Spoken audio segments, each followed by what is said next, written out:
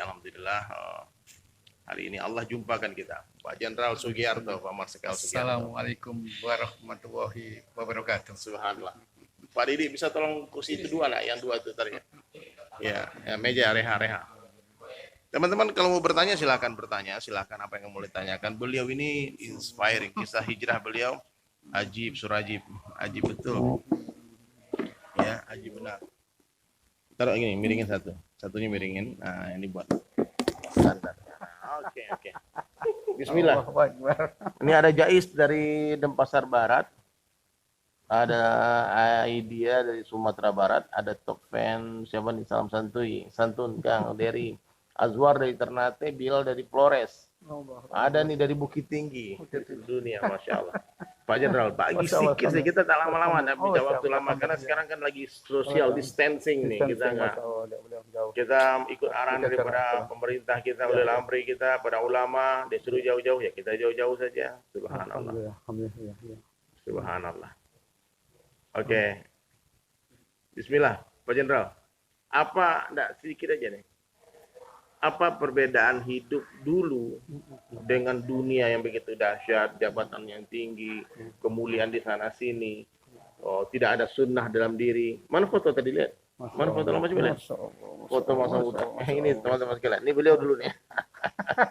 Nggak ada jenggot, nggak ada apa-apa, ganteng membahana, Masya Allah. Sekarang sudah seperti kiai. Kalau kita nggak kenalkan beliau jenderal, nggak ada orang percaya. Mana jenderal dari mana? Ini hafiz, ulama, wali Allah ini gitu. Subhanallah. Gimana Pak Jenderal? Betul sekali. Gitu ya, di saat saya belum ikut kegiatan Jamaah Tabligh ini, Masya Allah, sholatnya saya suka-suka ya. Jadi batin ini tidak tenang pada saat ikut Jamaah Tabligh ini. Kita tidak bisa melangkahkan kaki kita betapa sulitnya, walaupun masjidnya itu agak dekat, tidak jauh, terlalu jauh. Masih betapa Diri sulitnya. bisa minta tolong nggak? HP saya dicas. Tapi kalau sekarang ini, setelah jamaah dia ikut jamaah ini, ditekankan setengah jam sebelumnya sudah berada di masjid. Jadi belum azan dari masjid ya? Ini sudah, maka otaknya sama Jamaah Tabligh itu setelah sholat subuh, duhur nanti gimana? Begitu sudah kan asal di mana? Jadi sudah pemikiran maghribnya di mana? Ini yang luar biasa. Ya, maka saya kebahagiaan yang sangat. Maka berbahagialah setelah saya ikut 40 hari 3 kali, 4 bulan sekali. Kali saya kan mungkin 14 kali 3 hari. Tapi belum sampai 20 hari, belum sampai 40 hari. Insya Allah nanti setelah November mungkin kepingin ke India, kepingin 40 hari. Walaupun sekarang masih ya saya jadi belum 40 hari kalau ya saya. Subhanallah. Pak Kiai. Saya manggil Kiai itu sekarang. Masya Allah. Beliau dulu saya dengar cerita pernah mengusir jamaah. Kenapa ceritanya benci? Kenapa benci kalimat jenggot-jenggot ini dulu? Apa alasannya? Iya, siap. Mohon maaf salah jujur. Ini pun hasil pengapalan dari senior saya, seorang bintang 3 yang di Kompleks Laguna, tidak sudah sebut namanya. Sugiarto sini. Tolong Anda junior saya, tolong adik-adik teman-teman kamu pada saat jauhlah. Tolong jangan waktunya tidur. Masya Allah. Jadi tidak sewenang-wenang memang, tidak boleh jam 1, jam 2. Kan H-1 dan 1 jam sebelum adzan maghrib kan. Jadi jauhlah itu netapin itu pada sore menjelang maghrib. Itu dinasihati, jangan waktu tidur. Yang kedua, pada saat jauhlah pakaian yang bersih yang rapi. Maka wajar di saat saya datang berulang sampai 6 tahun. Kenapa? Kami ketua Masjid Al-Barkah di Kompleks Kadron.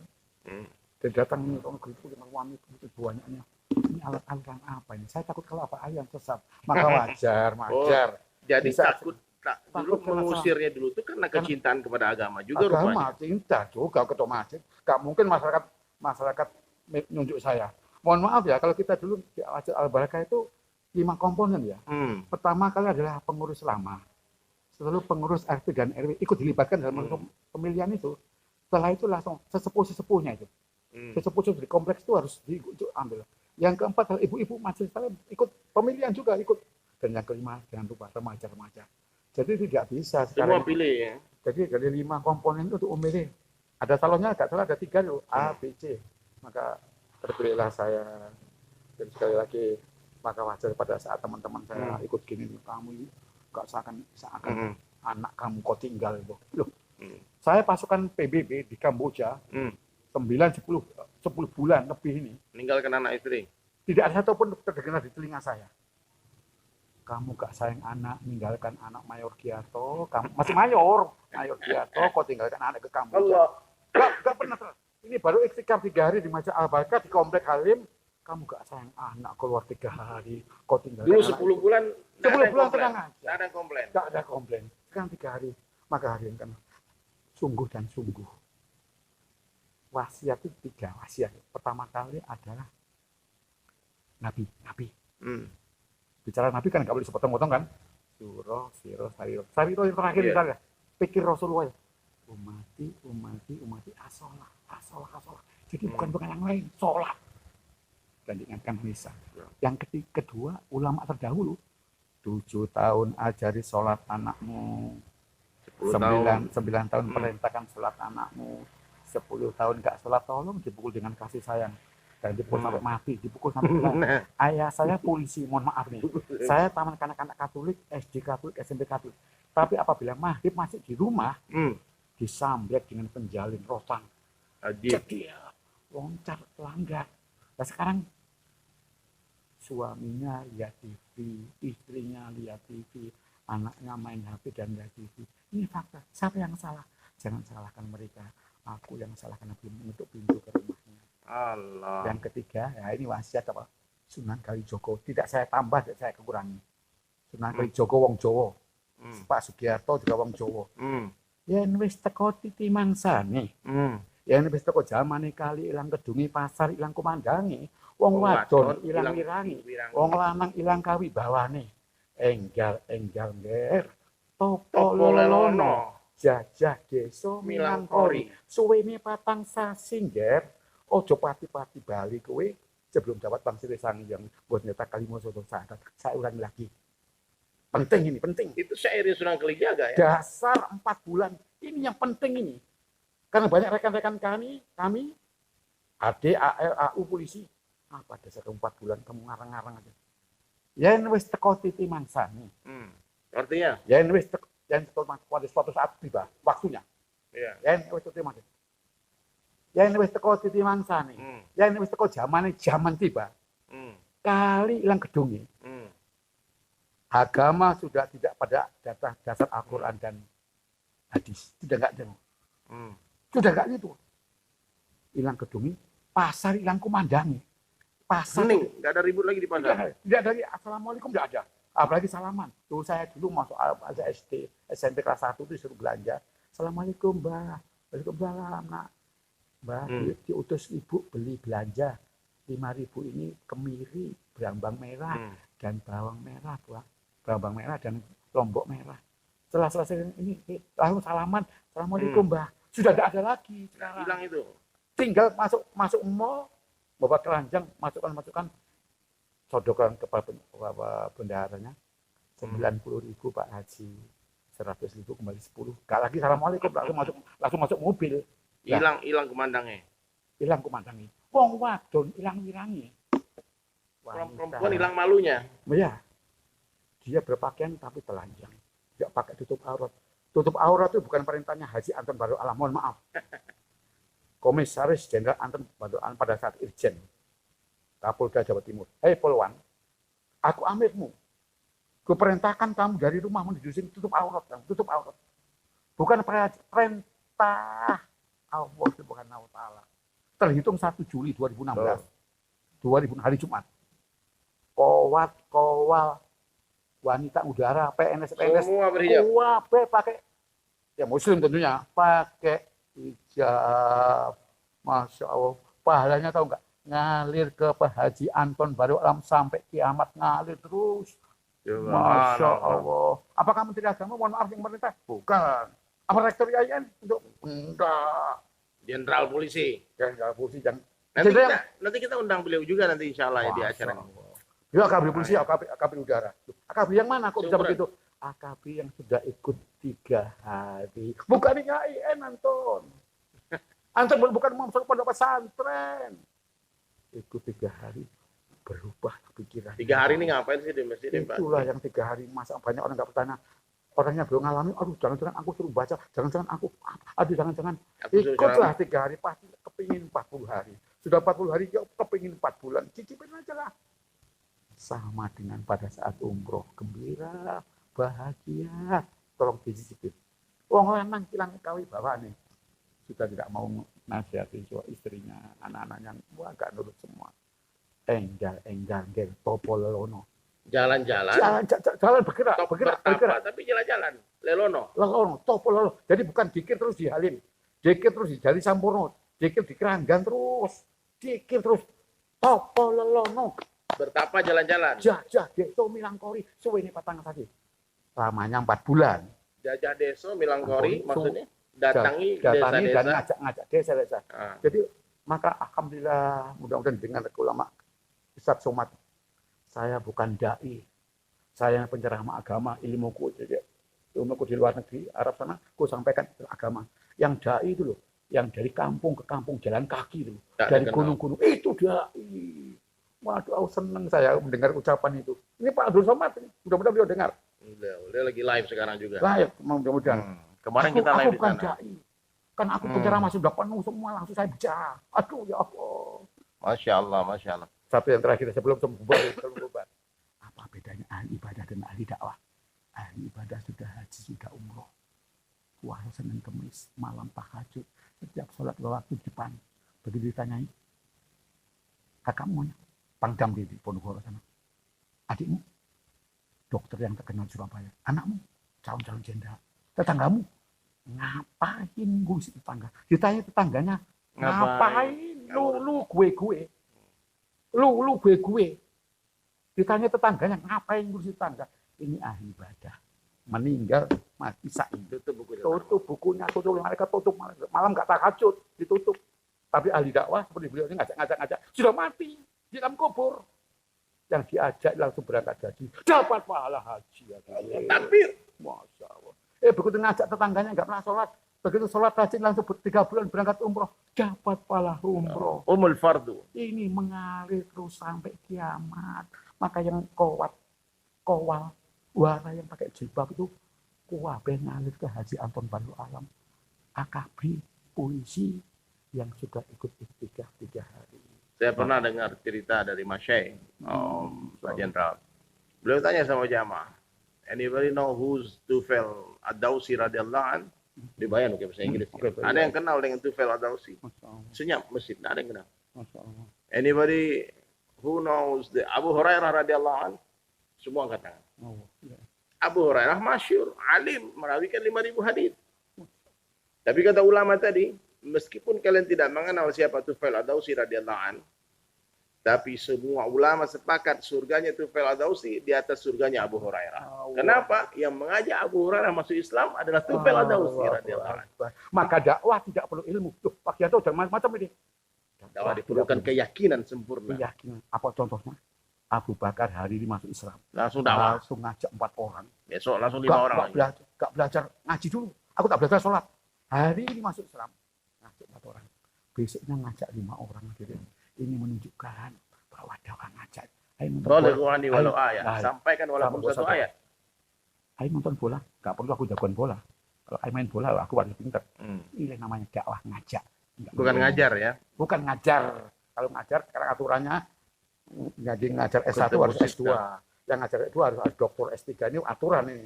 Maka bukan dakwah ini ngajak, mengingatkan. Maka jangan sangat tersinggung. Subhanallah.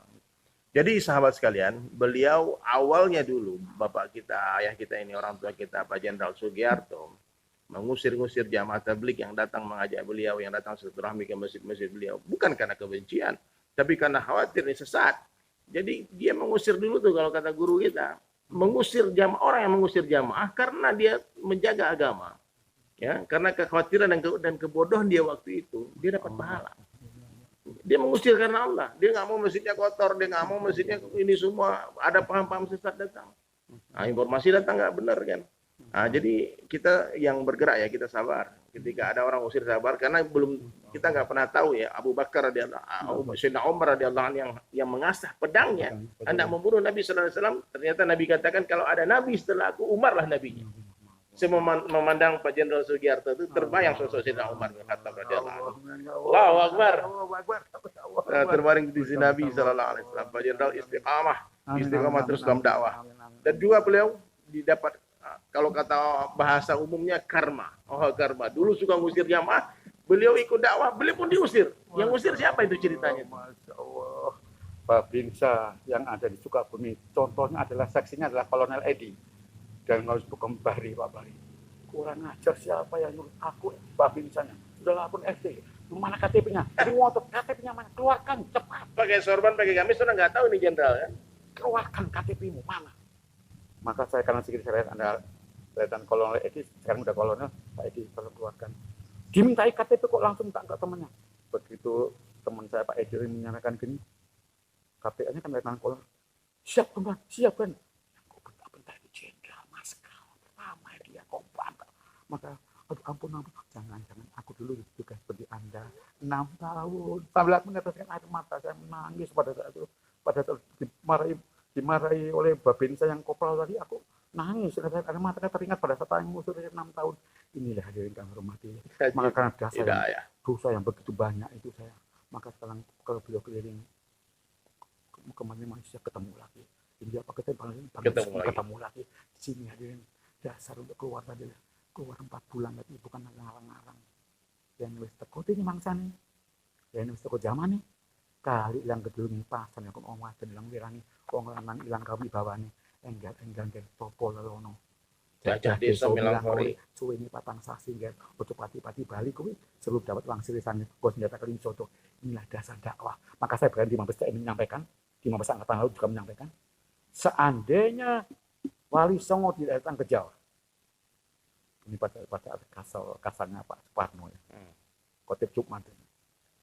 Seandainya Wali Songo tidak datang ke Jawa, apa agama NKRI? Hindu dan Buddha. Loh, dan animisme. Dan sebagiannya pokoknya bukan Islam lah. Apa contohnya? Satupun Wali Songo tidak ada yang ke Bali, dia yang ke Lombok. Kalau sekarang banyak masjid karena kedatangan orang Madura, orang Jawa yang se-Islam. Sekarang banyak Islam karena kedatangan. Maka sekali lagi hadirin, saya tidak ngarang-ngarang yang tampil terlihat ada masalah. Haji Wada ada haji yang terakhir, Nabi besar Muhammad khotib Jumat terakhir disampaikan pada saat ini. Setelah kita sholat Jumat, tunggu aku ada sebagai pengarang apa yang 3 poin. Yang pertama dari kami 124.000 di hadapan. Apakah Islam sudah aku sampaikan padamu, baik itu wahyu melalui malaikat Jibril maupun tentang sholat aku dipanggil aus sendiri langsung. Semua Sudahkah serempak mengangkat tangan? Ya sudah. Yang kedua, poin yang kedua, ya Allah saksikanlah bahwa Islam itu sampaikan pada 124. Ya ini poin yang ketiga, yang penting, yang ketiga ini. Sampaikan pada yang belum datang, ya mbah-mbah panjenengan, wareng-wareng panggang, ulama-ulama, nggak ada gitu. Orang dulu katanya berangkat haji itu hampir 10 bulan sampai 1 tahun itu berangkatnya aja karena kapalnya kecil. Sekarang mana naik pesawat sih sampai 1 hari. Dulu naik kapal laut berangkat daftar tahun ini langsung sampai tahun itu juga tahun depan. Sekarang pakai pesawat. Daftar sekarang berangkat 20 tahun lagi. Masya Allah. Sampai 20 tahun lagi.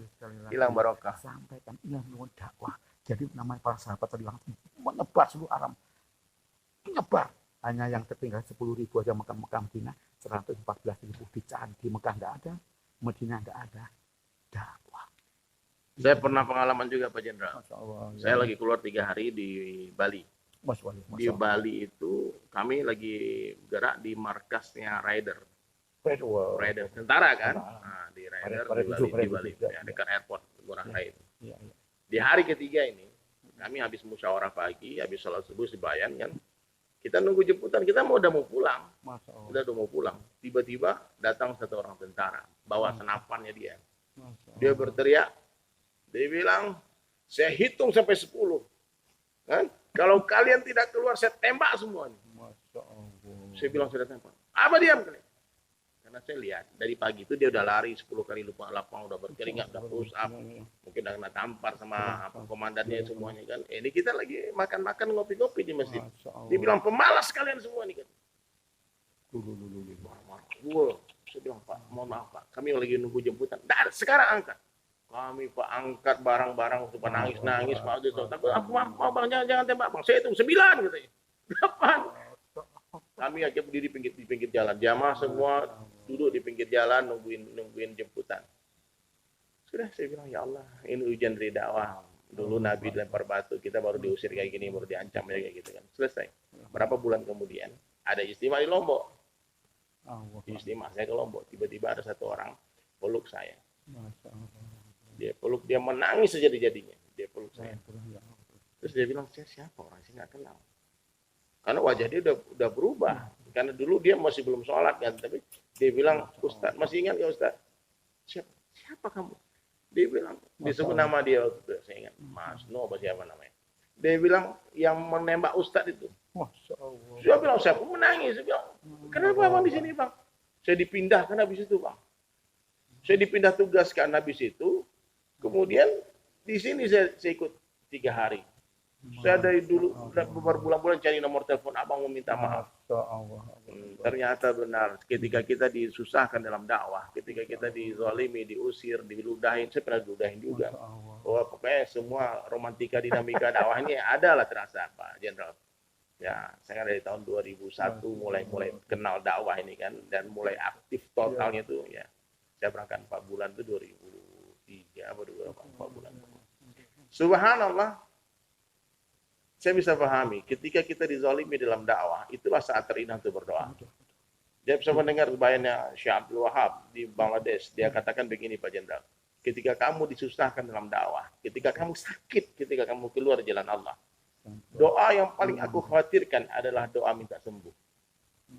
Saya bingung, kenapa doa yang dikhawatirkan? Karena saat itulah saat terindah untuk doa minta hidayah.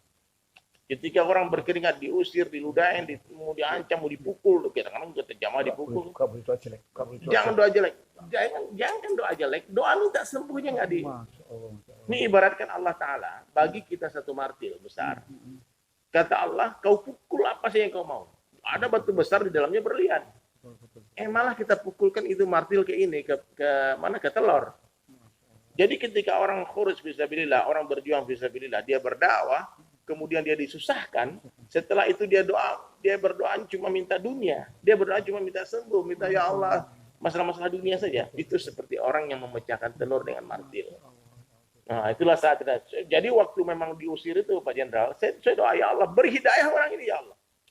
Beri hidayah orang ini ya Allah. Diarahkan itu senapan panjang laras itu ke kepala kami masing-masing. Saya hitung.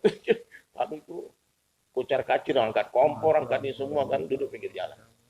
Subhanallah. Jadi romantika dinamika dakwah inilah ternyata betul susah payahnya kita dalam berdakwah di dunia akan menjadi cerita indah nanti di surga.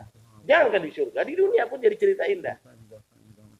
Dan kenikmatan seorang dai ini ternyata sahabat sekalian ketika dia melihat orang yang dia ajak berubah. Seperti seorang petani yang menanam pohon, kemudian pohon tadi tumbuh, kemudian rindang dan berbuah. Ingat, jangan pernah remehkan satu biji mangga. Di balik satu biji mangga tersimpan berjuta-juta mangga. Nah, itu Pak Jenderal. Kita tanam satu biji mangga lalu kita mati. Tahu dia tumbuh. Ada 1000 mangga pun ditanam lagi. Akhirnya muncul berjuta-juta mangga. Jadi begitu Pak Jenderal, Masya Allah. Maka yang belum ikut 3 hari, tolong dicicipin. Pak, saya pun baru kakak ipar saya. Tolong. Ikut 3 hari, tak bisa ikut sekali aja selama seumur hidup, sekali aja 3 kali, setelah itu gak usah. Masya Allah, Bapak menghidayah Allah Subhanahu wa Ta'ala. Maka sekali lagi, kami hanya menghimbau kepada panjenengan yang belum cicipin 3 hari.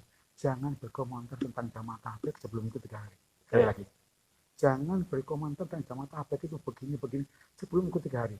Belum pernah makan durian, kok cerita tentang durian berarti pembohong besar. Belum makan durian montong Bangkok, belum pernah makan Petruk Medan, belum makan durian Pontianak, tapi cerita tentang durian pembohong besar. Begitupun juga, belum pernah ikut 3 hari kok jamaah tabligh. Nah kemarin begitu ada informasi dari anak keluarga dari Raja Malaysia mengusir Indonesia, saya langsung ke telepon ke Malaysia, Ustadz Patoni.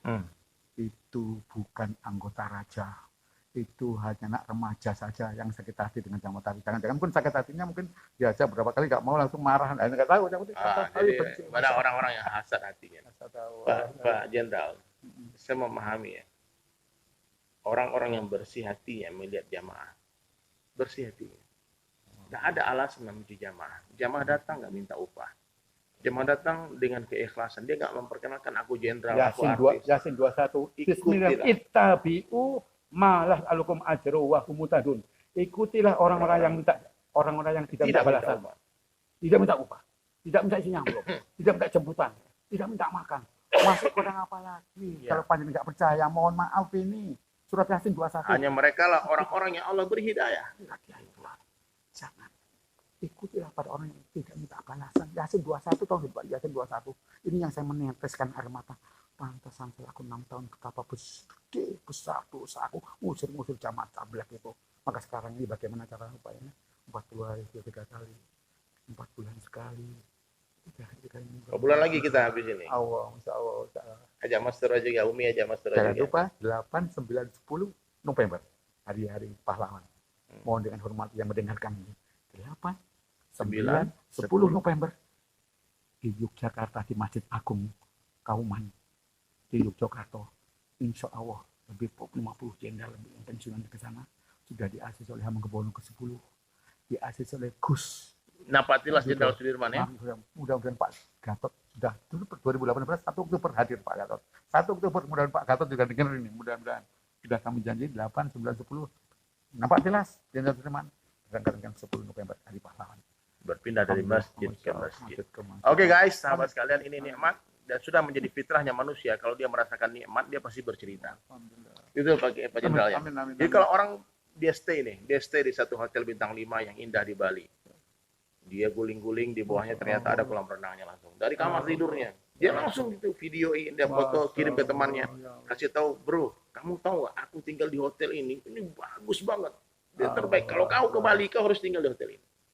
Dan itu manusia. Manusia ini suka menceritakan kenikmatan yang dia rasakan. Itu fitrah manusia. Kalau kita makan di satu restoran, enak restorannya, pasti kita cerita ke orang. Kalau kamu pergi ke Cibubur, ada restoran enak, kamu makan di sana. Hari ini saya dengan orang tua saya, ayahanda saya di sini, Pak Jenderal Sugiarto, telah merasakan nikmatnya bagaimana khuruj fisabilillah. Nikmatnya kita keluar jalan Allah, mendatangi umat dari rumah ke rumah, dari pintu ke pintu. Tidak ada perkara yang lebih nikmat dari ini. Kalau kalian ingin merasakan nikmatnya, coba, betul-betul coba. Ini nikmat luar biasa. Rugi besar. Hampir semua orang yang dulunya sinis, benci, dan dia mendapatkan berita-berita hoax tentang jamaah, tentang ini semua macam-macam fitnahan. Apalagi sekarang di zaman ujian iman pandemi ini, sekarang jamaah difitnah penyebar corona lah, macam-macam lah, difitnah positif corona lah. Padahal di Masjid Jami Kebun Jeruk semua sehat, alhamdulillah.